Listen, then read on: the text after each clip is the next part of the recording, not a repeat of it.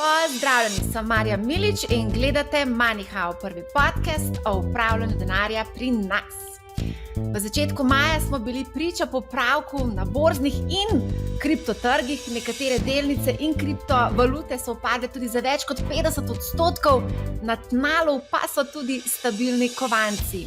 V boju zoper višjo inflacijo centralne banke dvigujejo obrestne mere.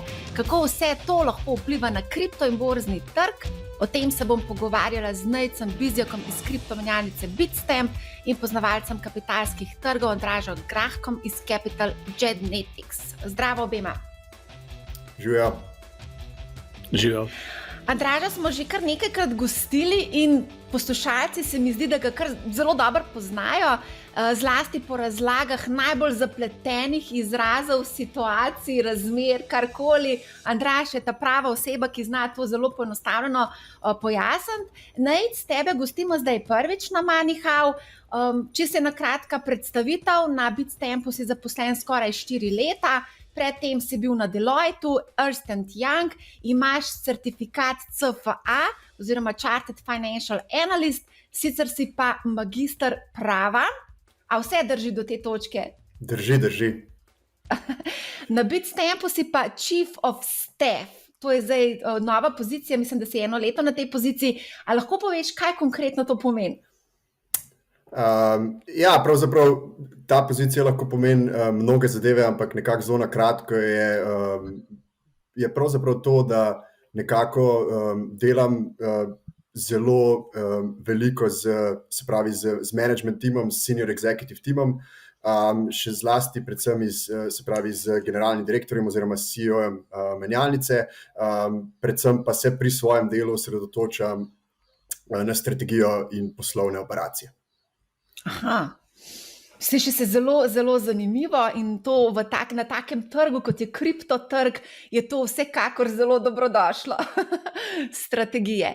A gremo kar na aktualno temo in sicer bomo najprej se dotaknili borznega trga. Ameriški indeks Nasdaq, v katerem so vključene tehnološke delnice, je letos upadel za skoraj četrtino.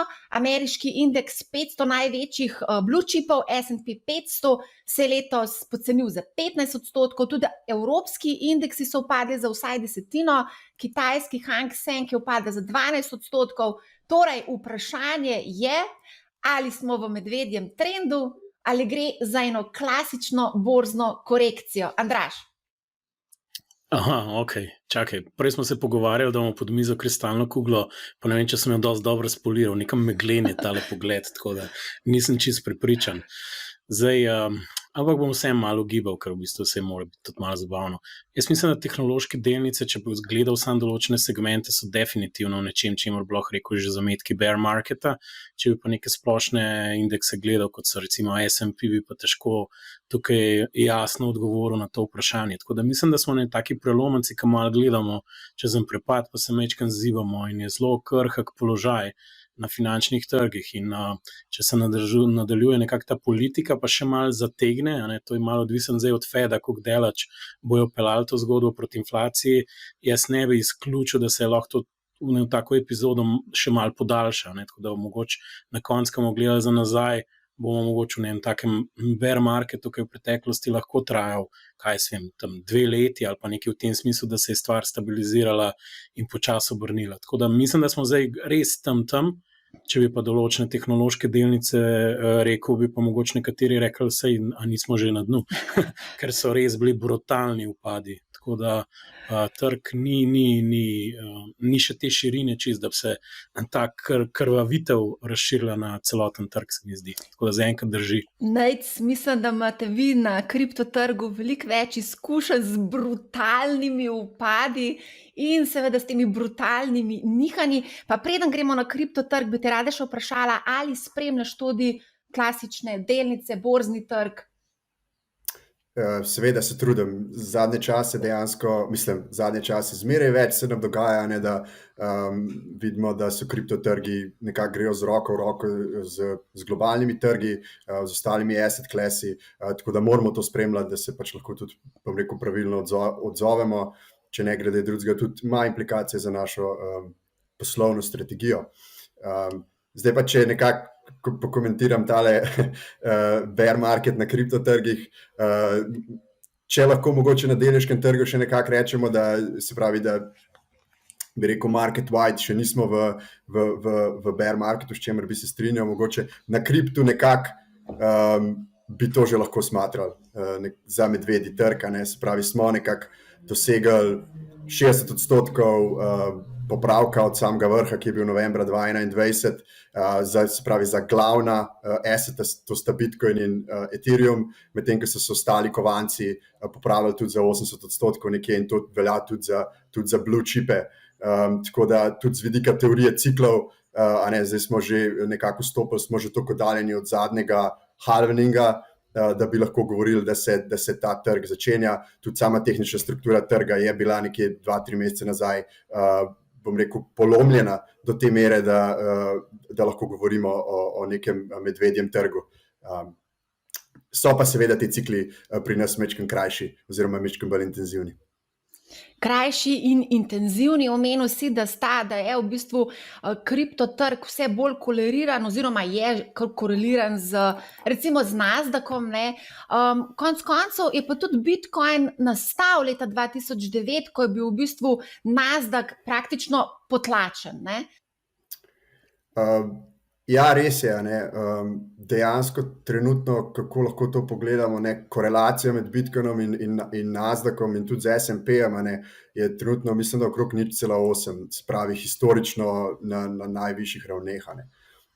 Seveda je zdaj značilno za vse trge velja, da ta korelacija bo zrastla nekako v padajočem trendu, se pravi, takrat so vsi asseti nekako bolj med seboj korelirani.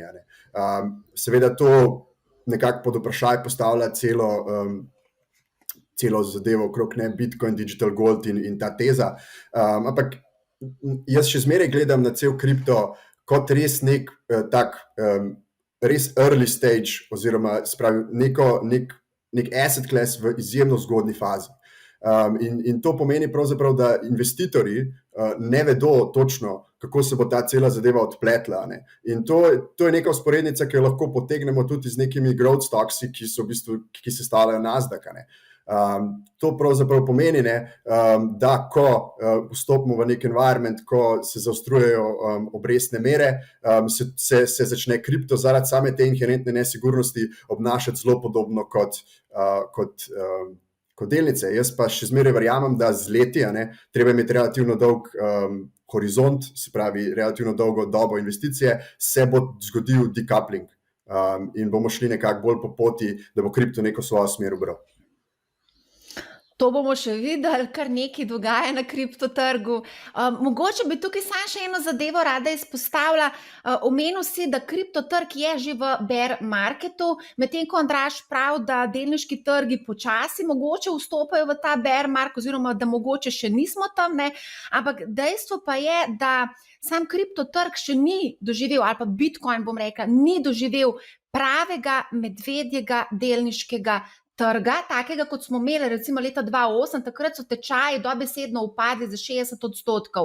Kaj se lahko zgodi recimo v tem scenariju, da res pride do bear marketa na delniških trgih? Kje bo potem kripto? Ja, jaz mislim, da je to je dobro vprašanje in tudi zelo kompleksno vprašanje, ker pravzaprav jaz nekako gledam, da prvo vprašanje tukaj, ko ga je treba verjetno odgovoriti, je, kaj se je spremenilo med letom 2008 in danes? Kaj se dogaja z globalnimi trgi? Kakšen recovery lahko tudi iz tega trga nekako pričakujemo? Ker če smo včasih gledali nek L-shaped recovery ali pa J-shaped recovery, se pravi počasen recovery, je v bistvu ta ekspanzija monetarne politike v zadnjih letih povzročila, da so da so vsaka korekcija, ali pa lahko rečemo, ne vem, kako lahko to okarakteriziramo, se pravi, vsak popravek na delniških trgih je bil pravzaprav sprejet iz neko dodatno monetarno ekspanzijo. In jaz mislim, da smo še zmeri, kljub temu, da centralne banke pravijo, monetary tightening, oziroma zmanjšali bomo maso denarja v obtoku, še zmeri smo v območju, kjer je masa denarja v obtoku ogromna. Hkrati pa smo tudi v območju, kjer je dolg držav, ne, se pravi, ameriški dolg je 130% pri 130% njihovega bruto domačega proizvoda. Ne. Se pravi, če bomo šli po poti tega, da delniški trgi tudi vstopajo v neko recesijo, neko podaljšanje zaostrovanja, se pravi zaostrovanja oziroma višanje obrestnih mer,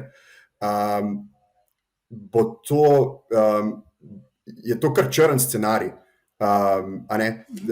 To črn scenarij tako za delnice, kot tudi za kripto. Kaj se lahko zgodi z delnicami? Jaz mislim, da tele korelacije na nas, se pravi s kriptom, lahko se zgodi, da dejansko pač dosežemo, se pravi, polno korelacijo in se obnaša kot nek Nasdaq stock, pravzaprav kripto dolg časa. Je pa to neko širše makro vprašanje za mene. Andraž, je to res širša makro vprašanje, pa moram samo še to povedati, vedno znova, ko rečemo, da so tokrat drugačne razmere, se spomnim na Egora Zakrajška in njegov stavek, this time is different. Andraž, a je res this time is different? Ja, zdaj tole gibanje zgleda, da ni different, da je v bistvu neke teze, ki smo jih gradili, da vsem so vrednotenja ranljiva, da so tudi neke pričakovanja, kar se tiče rasti dobičkov na delnice, mogoče ranljiva ali pa ne v tem okolju, se je dejansko kazalo, da je zdaj pritisk na obeh nekako vzvodih vrednotenja delnice. To pomeni s kakšnim recimo večkratnikom, zdaj nekako pomnožimo dobiček, če poenostavim, kaj se dogaja z dobičkom v prihodnosti. Zdaj ta inflacija je povzročila tudi nekako prelivanje preferenc kapitala, v katerem sektorju želijo biti, zato ker je dejansko ustvarila tako imenovane windfall profite v nekih bazičnih sektorjih, ki jim nobenemu niso bili prav preveč všeč zadnjih nekaj let, ker je pač denar se zlival v tehnološki sektor. Tako da zdaj imamo več procesov, ki se dogaja. Eno je rotacija, ker se ljudje bolj ukvarjajo tudi s tem, da v bistvu grejo z tehnoloških delnic v energijo, materijale, bazične surovine in tovrstne stvari, in to malo zamegluje, kje smo na širokem indeksu, ker je, tako kot je rekel, največji velik kapitala, ki nekako podpira ta trg tveganih naložb. Drug proces je pa neke vrste, odvzemanje plina, da se tako izrazim, na tej avtocesti, ki se pa ne dotika samo tveganih naložb, ampak generalno redefinira, kako se gleda kreditne strategije, neke naložbe s fiksnim donosom in tovrstne stvari. In se mi zdi, da klezaj Fed dejansko vzpostavlja neko vrsto dominanco nad asset marketi za to svojo pozicijo, kar v bistvu totalno diktira tempo. ECB je nekaj latentna, totalno zakrivuljo, drugi nekako gledajo, Kitajci so v enem svojem filmu, ki se ukvarjajo, s prihodnimi strukturami svojega trga, in v bistvu dolar se je v tem okolju vzpostavil kot popolnoma dominantna, temu se reče hard currency, njegova vrednost se krepi, po obrestne mere se dvigujejo, mislim, sploh nihče ne upa staviti proti dolarju, in to je dejansko neko okolje, ki dejansko rine dol tvegane naložbe, kakorkoli, in Američani imajo ta izraz, the chickens are coming home to roost, to pomeni, da piščančki prihajajo nazaj kot kokoši, ki izvirajo denarja, in vseh teh tveganih naložb se zdaj malo gremo nazaj, ker smo jih dobili po prstih, ker smo bili preveč, ko bi rekel, optimistični. Tako da vprašanje, koliko daleč bo ta proces šel, in zdaj ta finomehanika. Zdaj Fed se ne obremenjuje z polno zaposlenostjo, ne obremenjuje se zaenkrat z gospodarsko rastjo, obremenjuje se s tem, da je očitno edini, ki mogel voditi, kaj na Ivana Orleanska, ta boj proti inflaciji, ker vsi drugi bolj so at the sidelines in gledajo. To je moj oseben občutek, čistko. Čeprav neke centralne banke dvigujejo, ampak niso materialne v smislu, da imajo impact na globalen trg. Tako da to samo po sebi lahko povzroči, da gremo zdaj v neko okolje, kjer se bo ta veliki bikovski trend delniški, ki se je po finančni krizi vzpostavil, zaključil neko, jaz temu rečem, konsolidacijo, ampak to konsolidacijo lahko dojamemo tudi kot 2-3-leten proces, ki lahko privede v nekaj, kar bi večina ljudi rekla medvedji trg, ker se jo pač vrednotenja znižala in bo malo bolj volatilno obdobje. Take stvari smo videli, od 2000 do 2003, pa od 2000, rečemo 7, 8, 9, kaj je bilo, in bolje je zame vprašanje, ali se to sprevrže v malo bolj dolgoročnejši proces. To je pa primer, tudi če gledamo od 2000 do 2008, je skozi v bistvu trg drsel navzdol, ne glede na to, da smo imeli ostre popravke navzgor. To je mogoče malo, kaj bo v prihodnji dekadi zgodba. Zdaj pa po moje dva scenarija. ohladimo to inflacijo in je zdaj nek popravek, ki grejo lahko še tvegane naložbe v overreaction, grejo lahko še nekako dol, to uporinali in tehnološke in kripto dol, ampak ni tako dolgotrajno, ampak je še zmeraj neke bolečine, ampak tako, čez 10 let nikogar ne bo to zanimalo in bojo neke priložnosti. Ne. Bolj problem bi bil, če bilo to neko konstantno okolje, bolj počasnejše rasti, pa bila ta inflacija bolj stiki, pa bomo imeli pa bolj volatilnost v bistvu in na koncu, ko boš pogledal nazaj, mogoče ne bo tako super donos. In zdaj nekateri strategi pustimo, da koliko se to zadane ali ne, v naslednjih letih nekim tveganim naložbam napovedujejo bistveno podpovprečne donose. A ne, zdaj, to je zdaj na koncu, če moje osebno mnenje povem, pa na koncu to bolj igrca pričakovanj, kako se dojema trg. In zdaj moja čisto intuicija v tem trenutku pravi, da mi še nismo dosegli une faze, ko bi rekel, totalne resignacije v tem smislu, da bi se ta cela teza, ali smo tam že spraznili. Lahko se zgodi še, nismo še videli v generalu, da se ljudje ne želijo dotikati več določenih naložb. Še zmeraj vidim nek confidence v zadju. Zdaj, a je upravičen ali ne, pa ne vem. No. Tako da je mal downside riska, se mi zdi.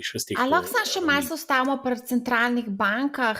Zdaj, v bistvu sam kripto je nekako nastal v obdobju, ko so v bistvu centralne banke preplavile trg s poceni denarjem, ne? In so v bistvu praktično nas naredile zelo odvisne od tega poceni denarja. Ne? Zdaj so prvič je v bistvu kripto nekako v situaciji, ko pa centralne banke dvigujejo obrestne mere. Kako misliš, Nejc, da bo to vse skupaj vplivalo na kripto? Ker že zdaj vidimo, da se pač ljudje umikajo v druge, manj tvegane naložbene razrede. Ja, jaz mislim, da precej tega dejansko je tudi je Andraž nekako že pokril, ne? Ampak če lahko razmišljamo o možnih scenarijih, in kje kripto trenutno je, moramo spet iti nazaj do te trenutne korelacije in samega stanja, ki ga imamo na globalnih trgih. Se pravi, imamo gospodarstvo, ki se ohlaja, imamo veliko geopolitičnih tenzij in hkrati imamo 8% inflacijo v Ameriki. Zdaj gremo pa lahko malo pač pobrskati neka obdobja v zgodovini, kdaj se že to dogajalo. Ne? In imamo mogoče dve podobne situaciji. Ne?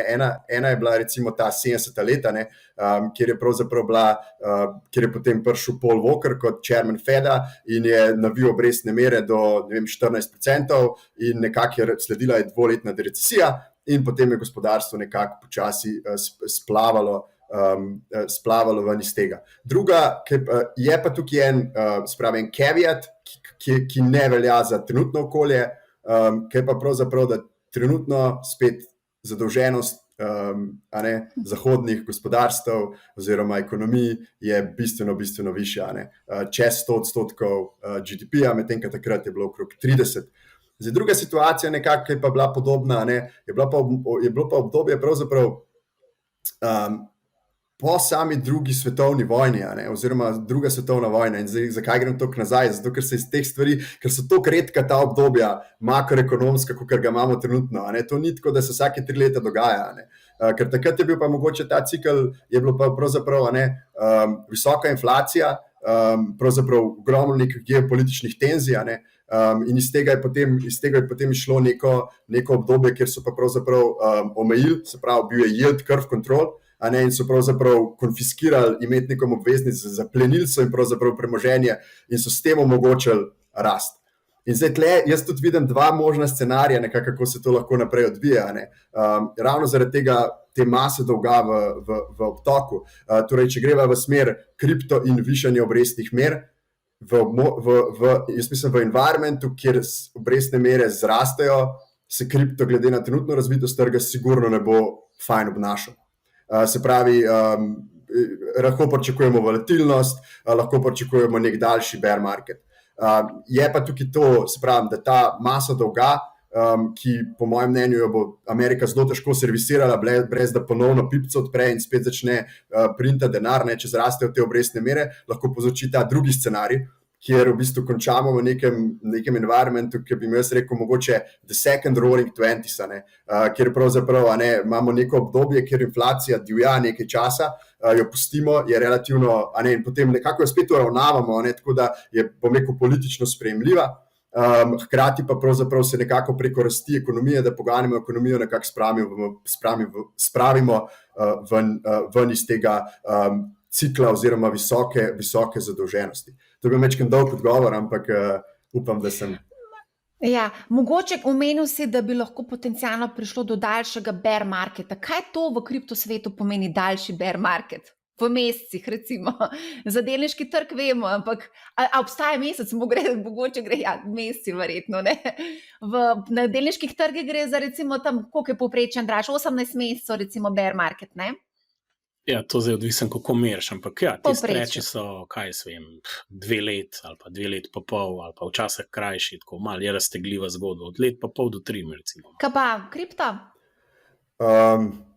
Ja, pravzaprav ne, če pogledamo mogoče pretekli cikl, ki je najboljši, najboljši približek, ne, se pravi, smo imeli bear market od sredine 2018 pa recimo do sredine 2020 približno, se pravi 2 leti. In takrat, kako je to izgledalo, se pravi, Bitcoin pade nekje 80-90% od se pravi, vrha samega cikla, volumni usahnejo na marketu, je pa to hkrati tudi obdobje, v katerem se gradi na kriptotrgu. Se pravi, to je takrat, ko zdaj že, ne vem, na Twitterju nekako kroži dolg čas, da trenutno zdaj prihaja ta čas, when builders build, da se lahko dejansko sfokusiramo na to, da se gradi neka dolgotrajna vrednost. Sigurno pa to za vlagatelje ni posebej prijazno obdobje, to je nek sideways chop oziroma pač neko tako relativno, bom rekel, nezanimivo okolje. Tudi za kriptomenjalnice predvidevam, da v bistvu kriptozima ni najbolj zanimivo obdobje. Čeprav te nihajnosti, ki se pa zdaj dogajajo, pa je recimo za kriptomenjalnico zelo profitabilno lahko, ne? Ja, res Kako kaže, kakšen je promet, recimo to te zdaj sprašujem, kaj se dogaja na Bitstampu zdaj, ko je taka negotovost in nihajnost? Ja, mislim, mi imamo radi negotovost in nihajnost, kar je malo paradoksalno, mogoče v življenju na to tako ne paše, ne. Ampak imaš prav, ne, se pravi, ko kripto pada ali raste, se pravi, da so te intenzivni padci, mi delamo super. Se pravi, to se je tudi zgodilo zdaj, recimo, ko je bil ta drop od, se pravi, 40,000 do 30,000 dolarjev oziroma celo 25,000, ne, je bil nihaj dol. Je bilo spet po dolgem času, se pravi, da je spet volumen zrastel na neke nivoje, ki smo jih recimo videli lani maja. Med tem, pa pravzaprav, ko smo imeli nekako ta, recimo nekako med novembrom pa zdaj, ko smo imeli tak downward, sideways chop spet, so bili pa volumni precej nizki. In to so tiste nekako obdobja, kjer je pravzaprav bilo je malo negotovosti, a se je pretekli ciklus že končal, a da bomo dobili ponoven zagon, ampak pravzaprav, kar se je nekako zgodilo, da so zraste geopolitične nekako tenzije, Fed je začel groziti z dvigom obrestnih mer, smo šli počasi navzdol in to je neko tržno okolje, ki nam ne ustreza.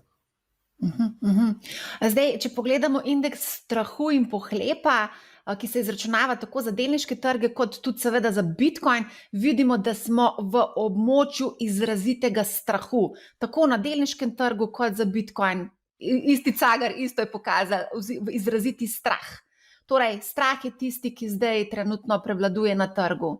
Kako vidva gledate na to? Andraž, mogoče daj povej. Tvoje mnenje za trenutno, kakšna je situacija, kako mali vlagatelji? Jaz sem opazila, recimo konkretno pri nas, včasih sem dobila po 10, 15, 20 vprašanj na dan, kam ne zdaj denar investiram, recimo zdaj teh vprašanj nekoliko manj.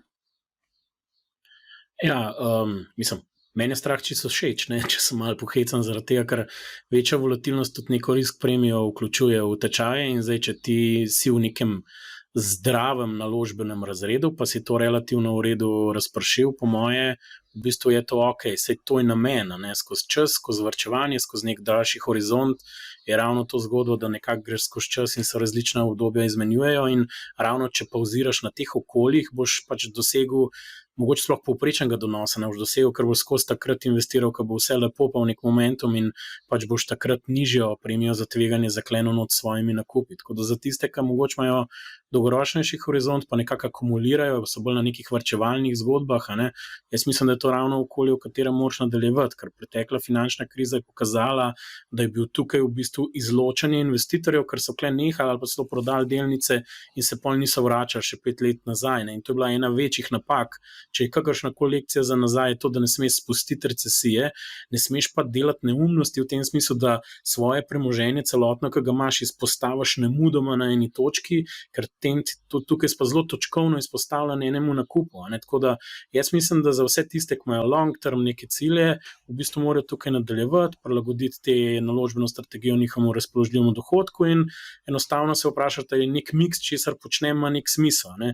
Mogoče kle vsem za tiste, ki začenjajo, jaz bi se vse kle držal malo bolj kvalitete, a zdaj ne glede, da ste vi to na kriptotrgu ali pa na delniškem trgu, ne, to tveganje je seveda zdaj vprašanje, ampak ne bi šel v neke eksotične stvari, pa bil v tem okolju blazno pameten, ker je zelo težko razumeti, kaj se v ozadju dogaja, pa kje so pozicije. Ne, zato, ker bom sam dal primer, ne, to, kar se je zdaj dogajalo, mogoče tudi znotraj kriptoekosistema, pa mogoče tehnoloških delnic, ki so bolj zazrte v prihodnost, se je tudi izkazalo, da že rahel dvig pa sprememba monetarne politike lahko izjemno veliko bolečine povzroči določenim, rekel, konceptom, ki se probajo izvajati, ki segajo v prihodnost. In kle, če se zelo izpostavite na ene zgodbe, boste, mislim, demotivirani boste, ker boste zgubili toliko vložka, da boste kar nehali. Tako da jaz bi rekel, da nek core portfelj je skozi treba imeti, zato ker nikoli nismo tako pametni, da bomo zadeli,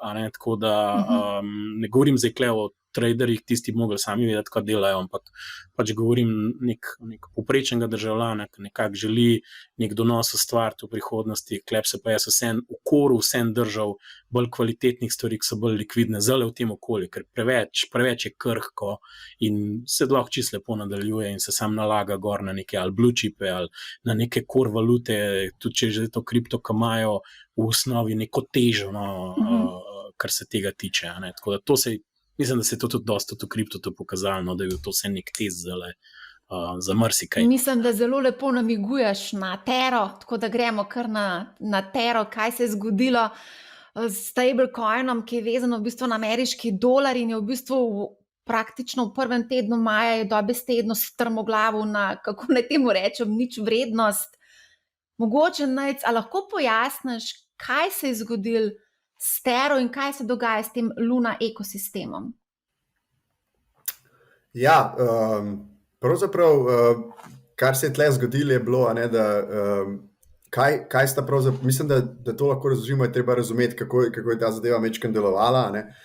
In tle smo imeli v bistvu dva, dajmo reči, partnerska kovanca, kateri eden je bil UST, kar se lahko predstavljamo kot en ameriški dolar, se pravi tako imenovani stablecoin, stabilni kovanc, in drugi je bil v bistvu je bil pa Luna. In to je ta cela zgodba.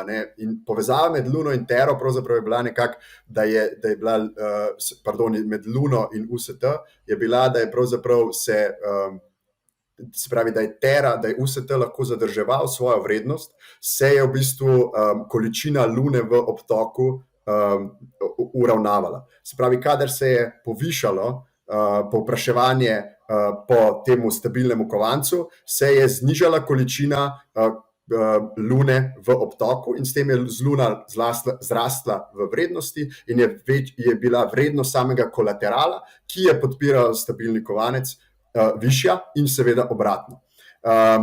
Mnogi so na socialnih omrežjih opozarjali, ko je se pravi Tera in Luna, se pravi Tera in cel ekosistem je bil ogromno v medijih v zadnjih mesecih, se pravi ta ustanovitelj je bil na Twitterju zelo, bom rekel, glasen, je se pravi rekel, da je to najboljša rešitev, da je to prihodnost, medtem ko je bilo precej ljudi, ki so nekako dvomili v sam ta sistem.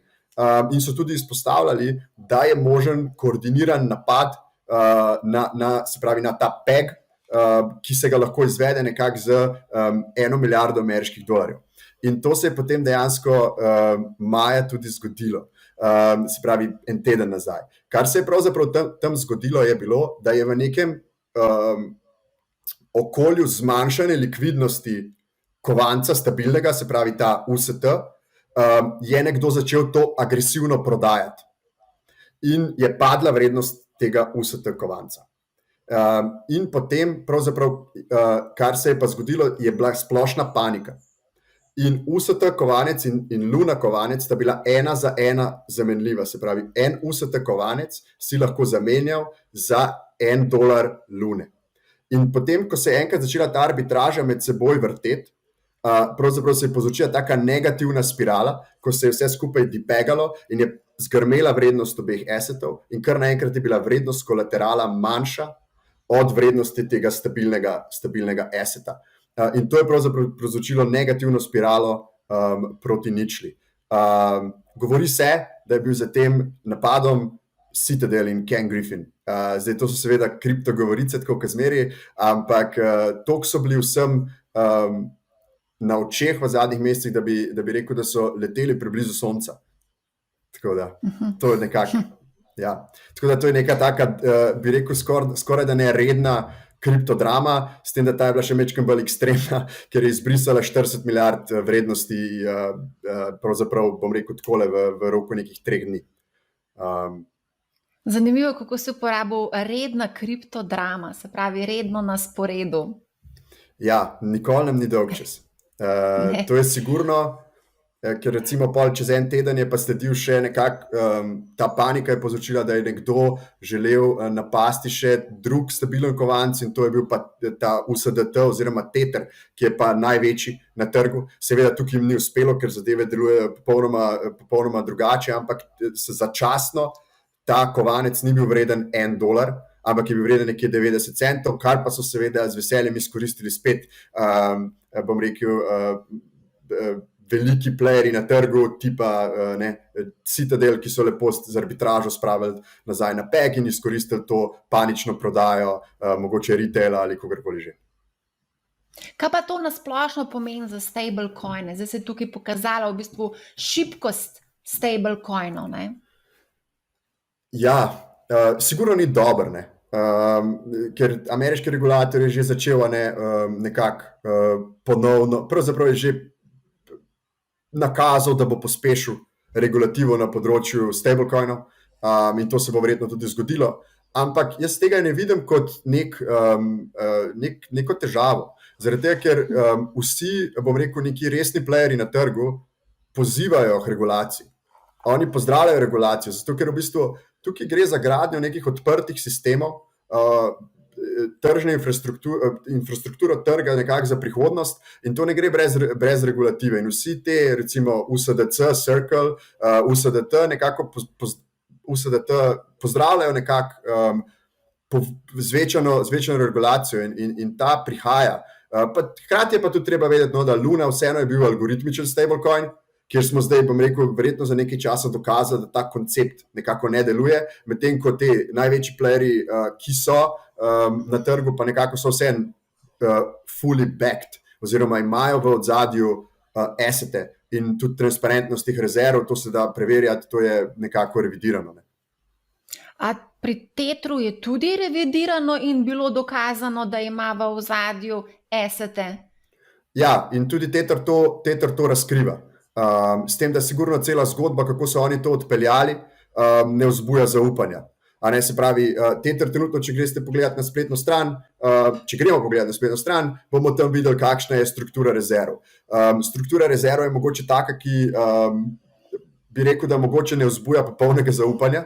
Se pravi, tam so tudi nekatere bolj tvegane naložbe, se pravi, se obnaša kot nek sklad, kot nek hedge fund dejansko, ampak razkrivajo svoje rezerve in te rezerve so revidirane. So se pa temu oni dolgo časa upirali. In to sigurno še zmeri rezultira v temu, da obstaja relativno nezaupanje v to, kaj oni počnejo.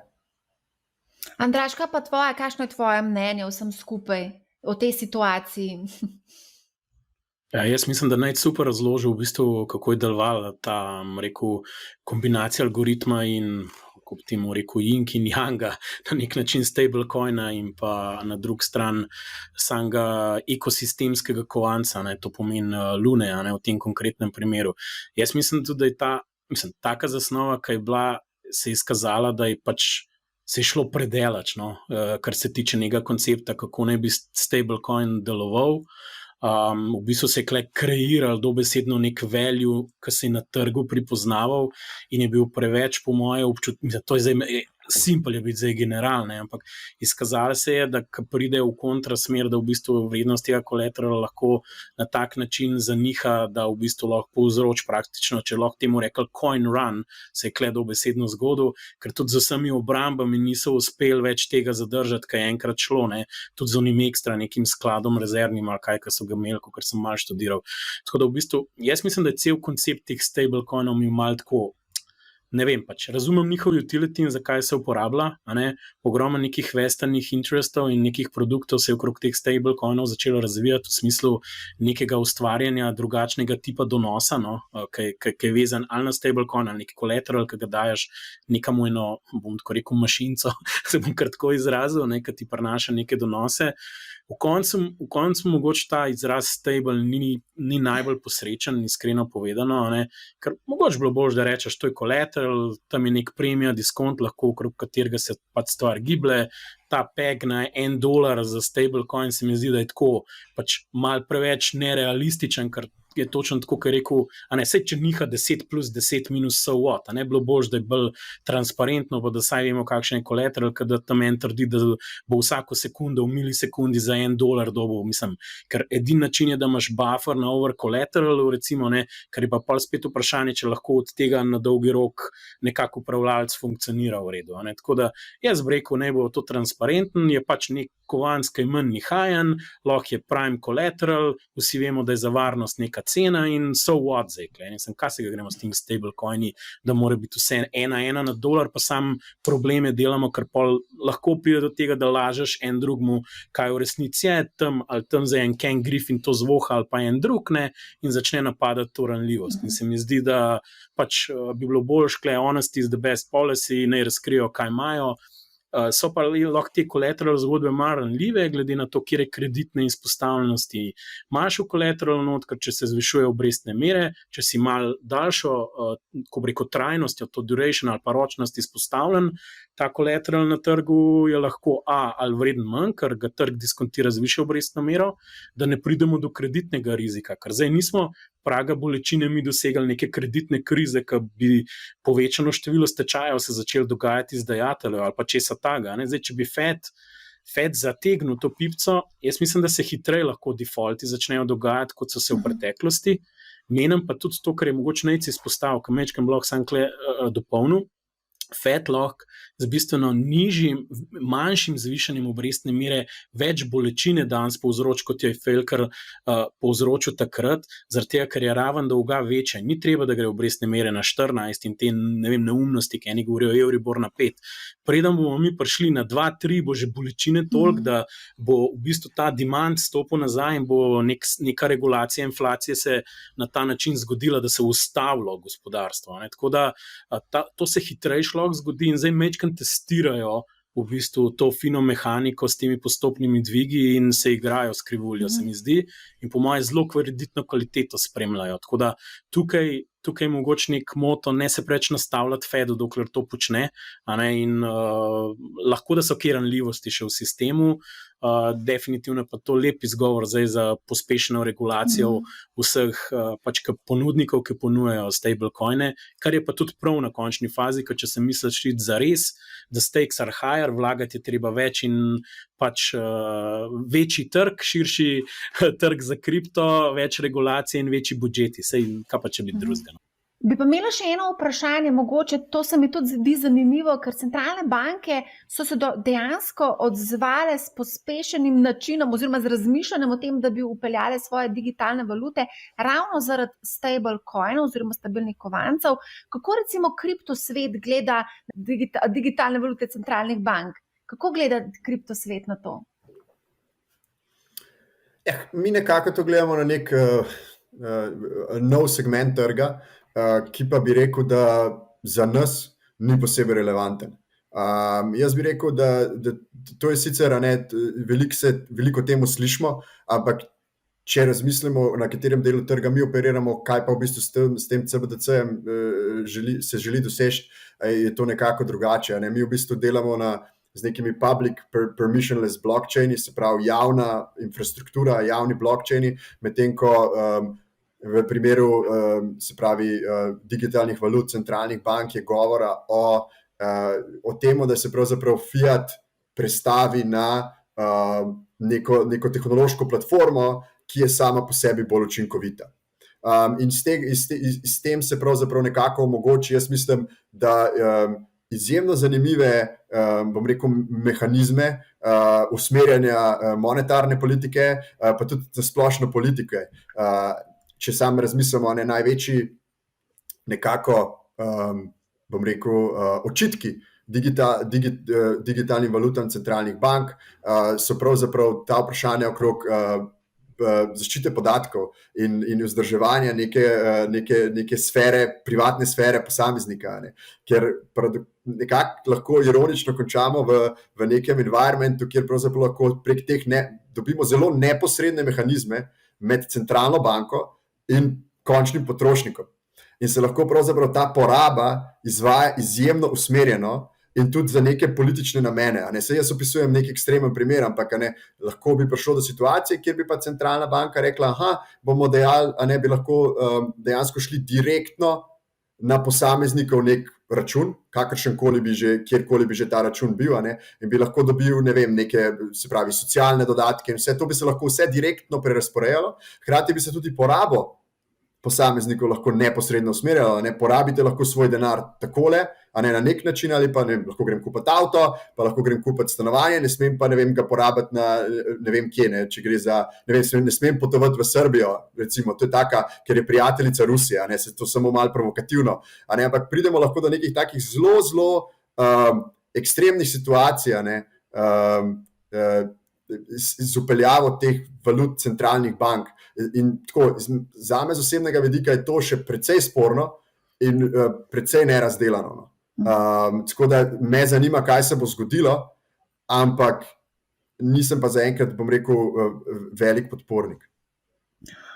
Ja, zdaj, ko omenjaš vojno in pa to situacijo, ki se je zgodila v Rusiji, je pa vseeno potrebno povedati, da takrat, ko se je vse to dogajalo, je pa bilo v bistvu tudi dogajanje kar precej pestro na kriptotrgu. Rusi in Ukrajinci, nekateri, vsi seveda, so bežali v stablecoine. Podobno situacijo imamo recimo tudi v Turčiji, ki imajo zelo visoko inflacijo in ljudje v bistvu praktično takoj iz turške lire pretvorijo, bodi se v nek stablecoin ali pa druge valute, svoj denar. Se pravi, pa tudi seveda v nekaterih afriških državah, zdi se, da v bistvu kripto pride prav v situacijah, ko se dogajajo neki taki ekscesi. Tako je, Še en tak primer bi recimo bil tudi Argentina, kjer je kripto izjemno uspešen, in laufa pravzaprav vzporedna ekonomija. Poleg argentinskega pesa je pravzaprav eden izmed stablecoinov glavna valuta in se to precej uporablja. In to je res, še enkrat, kot sem že prej rekel, tukaj govorimo o nekih javnih, se pravi public permissionless blockchains, in po katerih lahko posamezniki, se pravi, prosto opravljajo svoj plačilni promet. Seveda to je majčkeno iluzorno, se pravi, še zmeraj so te vzhodne in izhodne točke, se pravi, v in izven kripta so regulirane. Torej ni tako zelo enostavno spraviti samega denarja oziroma vaših sredstev izven neke države ali pa v neko državo, ampak še zmeraj je to lažje kot pa preko samega bančnega sistema, ker ko se enkrat SEPA neha ali pa ko se ruske banke ali pa katerekoli banke izključijo iz tega in ko država začne do neke ogromne mere nadzorovati kripto, ponudi alternativo. Se pa zdaj vse premika v smer, da bodo tudi to prednost nekako nam odvzeli počasi. Omenijo vsi seveda, da si želite vsi regulacije, torej kaj pa bo prinesla regulacija kriptotrgu? Pravzaprav ravno to. In to je za mene osebno in verjetno tudi za mnoge druge pravzaprav je nerazumna regulativa kriptotrga ena izmed, bi rekel, največjih groženj verjetno sami inovacij. In tukaj imamo par zanimivih, bom rekel, predlogov, kako bi se kripto lahko reguliral, ne. In ta zadnji, predvsem, če mogoče ste slišali za njega, se pravi ta, v katerem Evropska unija pravzaprav hoče regulirati oziroma nadzorovati pravzaprav vse transakcije, ki prihajajo iz tako imenovanih non-custodial walletov, se pravi denarnic, ki niso na centraliziranih borzah, in bo treba vedeti pravzaprav za vsako transakcijo vse podatke. In to je nekako tako, kot recimo, če bi šel danes položiti 1000 evrov na banko keša, pa bi v bistvu mogel celo vrsto podatkov izpolniti o tem izvoru premoženja, ne. In to je nekako, jaz tako nekako kot nek ekvivalent gledam, to bo predvsem imel velik vpliv na samo to, bi rekel, remittance in payments funkcijo kriptovalut, zaradi tega, ker bo precej zamejil to, to neko zmožnost plačevanja s kriptovalutami. Sprav, tukaj recimo v tem predlogu je obstajala nekoč neka omejitev, da bi vse transakcije po 1000 evrov bile iz tega vzete, pa so potem nekako to tudi odstranili. In razumna regulativa bi bila verjetno to mogoče določiti podobno, kot se določa za recimo te regulativa pranja denarja, kjer imaš tudi te thresholde, ki jih banke upoštevajo, ne pa kar pravzaprav vsaka minimalna transakcija, ker na ta način se ubije sama inovacija. Jaz se tega res bojim, no, in tukaj se industrija bori proti temu, ampak zaenkrat sama po sebi še ni dovolj močna. Andraž, kakšno je tvoje mnenje? Zdaj tudi veliko investicijskih skladov vstopa v te kriptoprojekte, ti sam spremljaš vse te zgodbe, kako zdaj vse skupaj to izgleda, kje so zdaj visi, v katere projekte investirajo, jih je mogoče volatilnost prestrašila? Pritisnili so na pauzo na daljinco, pa šli malo na zrak, se mi zdi, da malo razmislijo, kaj zdaj z njihovimi holdingi. Je pa res tako, da ogromno jih je veliko zaslužili, pa realizirali hude dobičke v zadnjih obdobjih, tako da tukaj je nekaj smutnika, ki se lahko reinvestira. Je pa res, da so vse normalno, če imaš tako okolje, pa se cene znižujejo, boš to pač probal izkoristiti, to je njihov job, probal se boš pogajati, vprašal se boš, kje bojo stvari čez x let, tako da ne, da se je to ustavilo, pa tega ni, ampak pač klej že v startu je večja previdnost nastaja, Kar se tiče regulacije, tako jaz hudih upov na EU pa ECB tukaj ali pa kogarkoli, ki je tukaj vpleten, res ne bi dejal iz enega enostavnega razloga, ker EU se še nikoli ni izkazala na kapitalskih trgih, da bila neka vodilna država, tako da tukaj bo treba pač gledati, kam grejo Američani, ker ostali bojo zelo sledili temu.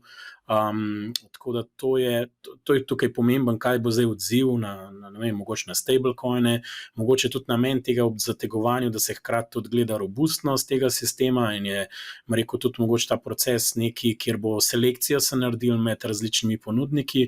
Je pa res, da so vlaganje zmer večja in večja, recimo, ne vem, če si vzamete čas, pa recimo pogledate rezultate od Coinbase, ki je pač listed company in se lahko različne stvari, res so bila tam vidna visoka vlaganja, stroškovna baza narašča, pa v bistvu malo prihodki zanihajo in je visoko profitabilno podjetje kar naenkrat v rdečih številkah. Tako da te Američani bi rekli, the stakes are getting higher, po mojem mnenju, kar se tiče tega, sploh če želiš slediti inovacij. Tako da je zanimivo videti, kdo je poganjal.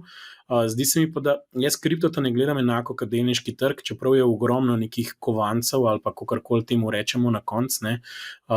Zato, ker se mi zdi, da je vsem bolj kreativna destrukcija na delu in se mi zdi, da število projektov, ki bo na koncu preživel tež časa, ne vidim tako, da bo kar nekih kot S&P 500 projektov in jo vsi živeli in bo to neka kriptolandija ali nekaj v tem smislu, ampak se mi zdi, da bojo tisti vodilni igralci pač mogli znotraj nekega ekosistema delovati in tukaj se bomo mogli stvari razvijati naprej. Tako da bolj mogoče vidim, da se v trg po številu zmanjševal, pa bo kvaliteta tega naraščala. To bi bil zame bolj logičen proces, ker bo nek tržni delež na nekem tako imenovanem obtainable marketu za kripto pač se bo povečeval skozi čas. Tako da tukaj bolj nišne stvari vidim, ki bojo visi noter vlagali, ki bojo neki konkretni use case znotraj, mogoče upajmo bolj upeljane infrastrukture skozi čas se postavljala. Ne? Tako da je pa kar, ko bi rekel, pot je lahko tudi polna lukenj, ki ni cesta asfaltirana. Drugače pa tako, vsakič znova, ko imam neko predavanje, grem pogledat na CoinMarketCap število menjalnic, kriptovalut in to raste. Vsakič znova sem presenečena, wow, spet smo dobili ne vem koliko novih menjalnic in ne vem koliko kriptovalut.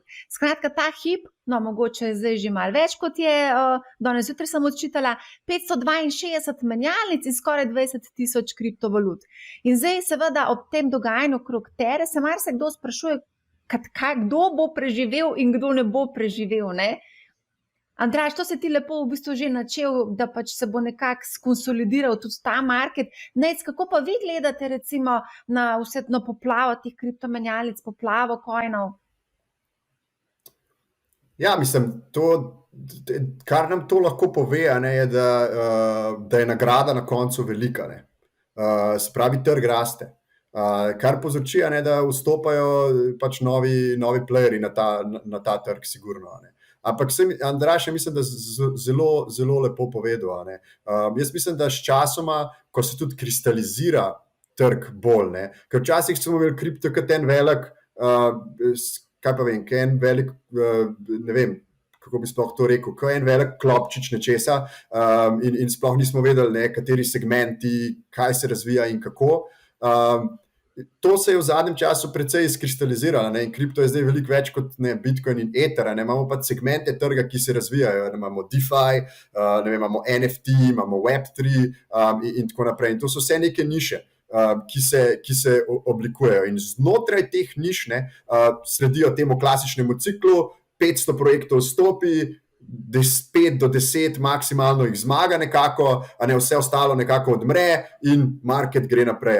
Tako nekako jaz to gledam na to. Medtem ko ta core seveda ostaja pa, jaz bi rekel, nezmotljiv. Zame sta to Bitcoin in Ethereum, ki sta, bom rekel, imata ta proof of time za sabo, ta koncept, da sta preživela že mnogo ciklov, preživela sta hack, fork, vse, kar hočemo in nekako še zmeraj vztrajata in držita vrednost. Medtem ko vse ostalo je nekako nedokazano.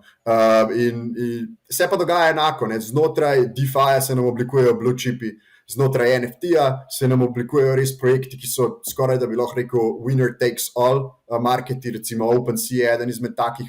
In Web3 je pa pravzaprav neka taka široka kategorija, ki bi jo pravzaprav čisto težko nekako določil, kaj in kako. Zdaj, kako pa Bitstamp gleda na to? Mi imamo nek framework, kako določamo kovance, ki jih bomo listali na platformi, pač tudi sodelujemo z regulatorji na tem področju in nekako se trudimo, da bi res pač preverili, naredili svoj diligence in res listali kvaliteto. Se pa seveda nam pa ne uspe zmeraj. In potem imamo pa pač posledično tudi nek delisting proces in posledično nažalost trenutno delistamo UST počasi. Ok, zanimivo, tudi to delistanje se dogaja tudi konec koncev na klasični borzi. Mogoče tukaj še eno vprašanje, ki smo ga zadnji teden precej pogosto prejeli tudi na našem Discordu.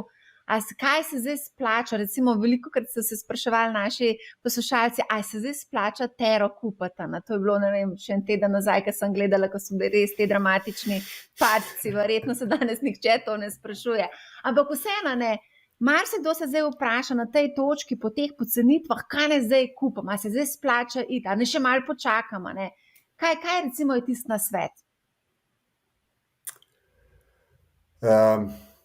Jaz mislim, da se je treba vrniti nekako osnovama. Nasvet je, ne vstopajte na trg, če je vaš investment horizon 1 leto. Ne tega delati. Upoštevajte principe razpršenosti portfelja in ko vstopate recimo v kriptotrg, vstopajte z zavedanjem nekako, da je možno zgubiti tudi 80% vašega premoženja na kratki rok. Kljub temu pa, kar bi jaz rekel, je, ko začenjate ali pa če vstopate, pač do your own research oziroma preštudirati majčken, pa se potem osredotočiti, jaz bi rekel, začne se z Bitcoinom in Ethereumom, spet iz tega razloga, proof of time, in imate res jasen, bom rekel, neko smer in neko jasno vizijo, kaj želite biti in kaj lahko postanete. Sve je to negotovo, ampak pač imate pa nek velik potencial. Zdaj pa, če govorimo o samih nivojih, kjer se pravzaprav cena nahaja, samo da vzamem kristalno kroglo, ampak pravzaprav mislim, da se nahajamo, počasi že vstopamo, zdaj po mojem mnenju, v nek environment, kjer je kripto postaja dobra nakupna priložnost. Spet ob upoštevanju vseh principov, ki sem jih prej naštel. Po vseh, če pogledamo on-chain metrike, če pogledamo tehnične indikatorje in tudi teorijo ciklov, se približujemo tem obdobjem, kjer je kripto zanimiva nakupna priložnost. Ampak mislim osebno, da še nismo popolnoma tam. Kar pa zdaj je treba upoštevati, kakšna je strategija in risk profil posameznika. Če imate nek dollar cost averaging, lahko začnete to izvajati, če ste bolj buy and hold investor za čez 10 let, lahko počasi začnete razmišljati nekako o nakupu. Hkrati pa mislim, da Andraž je prej izpostavil geopolitična nesigurnost. Ne vemo, kako se bo Fed obrnil trenutno, se pravi, ali bo to neko nadaljevanje neke ekspanzivne monetarne politike ali pa res neko zaostrovanje obrestnih mer. Mislim, da še nismo videli tistega trenutka, jaz rečem, ki nam res rata slabo, ki vidimo, kako nam portfelj upade. To na kriptotrgih, jaz mislim, da to nas nekako še čaka. Misliš, da še ljudem ni postalo slabo? Ravno pred kratkim sem slišala, kako jamra, da je 90% zgubo. Jaz mislim, da je določenim posameznikom že zdavnaj slabo. Ja, Arthur Hayes, on je founder od BitMaxa, ima en zelo dober blog, v katerem malo piše o svojih gledanjih na finančne trge in on je v bistvu ta izraz uporabil, da pravzaprav res, da takrat se nekako, da on bo vedel prek svojih izkušenj, in on je tudi nek hedge fund manager in to so stari mački, ki res vejo, da takrat, ki je res, ki rata res slabo. Mislim, da bi znal še biti malo nehajnosti. Andraž, ti imaš kar precej izkušenj z investiranjem, a je tebi že kaj slabo?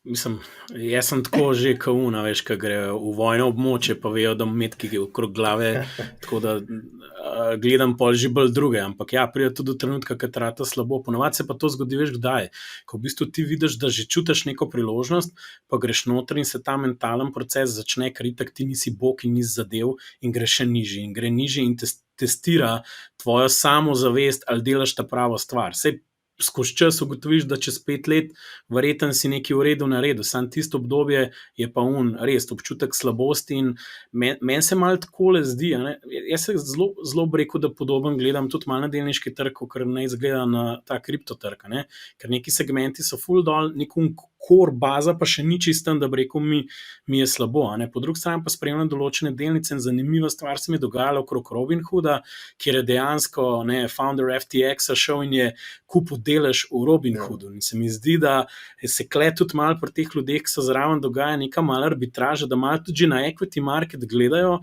na neke assete na equity marketu, ki imajo nek potencial in izhajajo z nekih svojih izhodišč. Zdaj, kaj je v ozadju tega, ne vem, kako on točno razmišlja in kaj želi pelati to prijateljstvo, da se tako izrazim, ali pa novo ljubezen pomladansko, z Robinhoodom, ampak to so stvari, ki so šle čez cel hype čez, so zdaj res šle konkretno dol in eni se sprašujejo o njihovi prihodnosti in če bi bil tam delničar ti konkretno slabo, recimo.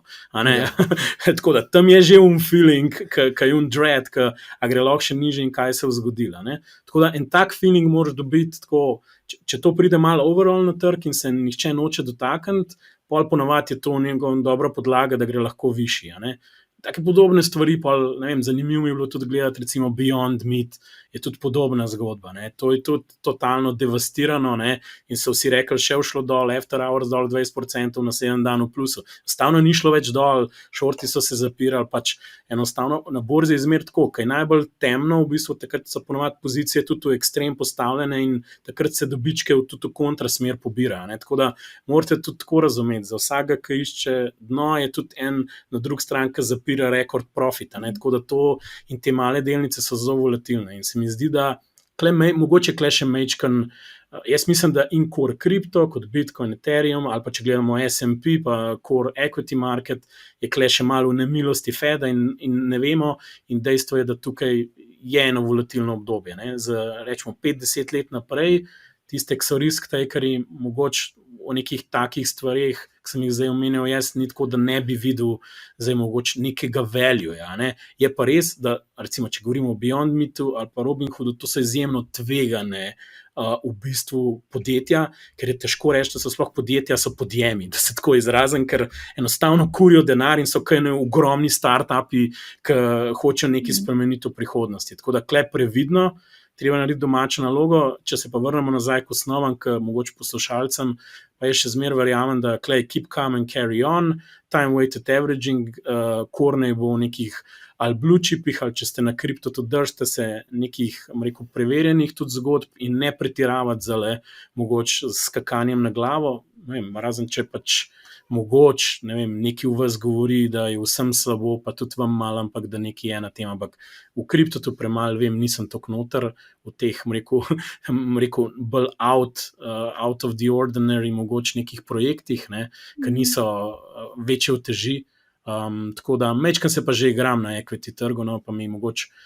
tudi zanimiv, se pravi, zelo potlačene stvari dol pogledati, tako da na delniškem trgu na dolgi rok se ponujajo že priložnosti. Me pa skrbi, ker nihče ne plava proti toku in se zaveda mene stvari, da tudi če zdaj tako, če grem zdaj kupiti banalno, ali Beyond Meat, ali pa Robinhood, mene nič ne preseneti, če gre to še za 50% dol. Popolnoma nič, lahko zaniha in so what, iskreno povedano, ker če bo šel cel trg dol, bo po moje vse šlo še 50% dol in se bo pretiraval, ker se vedno pretirava v kontrasmer in ponavadi glih takrat na koncu rečeš, a ne, zakaj sem pa zdaj prodal? Ja, ker ni zdržal mentalno in to je po mojem občutek, kaj Nejc rekel, na Bog reče, slabomanje že, a ne, in jaz tudi nisem, tudi zakaj nisem še toliko optimističen, ker tudi, če gledamo opcijski trg, za delniške opcije, v bistvu jaz vidim, da smo na uni točki, ki so se ljudje že zapotirali in so nekako zavarovani, nismo prišli pa do une točke, kjer te opcije tako neznosno drage ratajo, da se sploh ne splača jih več uporabljati in je edini način, da ti zmanjšaš izpostavljenost tveganju, da enostavno posipaš ven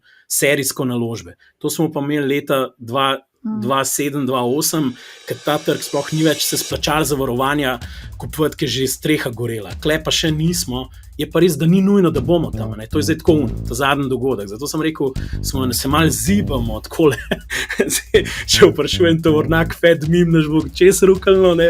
Ali pa nas ne bo, ne? Ker bo lepo zapelo. Ne? Ta ovink Feda je pomemben. Če bojo v redu zvozili, ne bo tako grozen. No, pa vsem so ljudje in ni popolnosti klepar teh zgodbah. Grejo predelač, pa jo kasneje pogruntali, da morajo korigirati. Nač, Andraž, Nejc, odlična debata, vroča, aktualna tema, mi jo bomo seveda na Moneyhow še naprej spremljali. Hvala za vajin čas, za vajino razmišljanje o trgih, iskrena hvala. Hvala obema, super je bilo. Ja, hvala tudi z moje strani. Hvala tudi gledalcem in poslušalcem. Naj vas spomnim na našo finančno delavnico Investiranje za začetnike, kjer govorimo tudi o tem, kako oblikovati portfelj za medvedje čase, pa tudi bikovske. Povezavo objavim v opisu epizode. Prihajajo razborljivi časi, bodite na preži za super naložbenimi priložnosti, vendar po pameti. Če boste imeli kakršnokoli vprašanje, mi pišite na moj nov naslov marja@moneyhow.si, torej marja@moneyhow.si. Poslušajte Moneyhow, ne bo vam žal in lep pozdrav!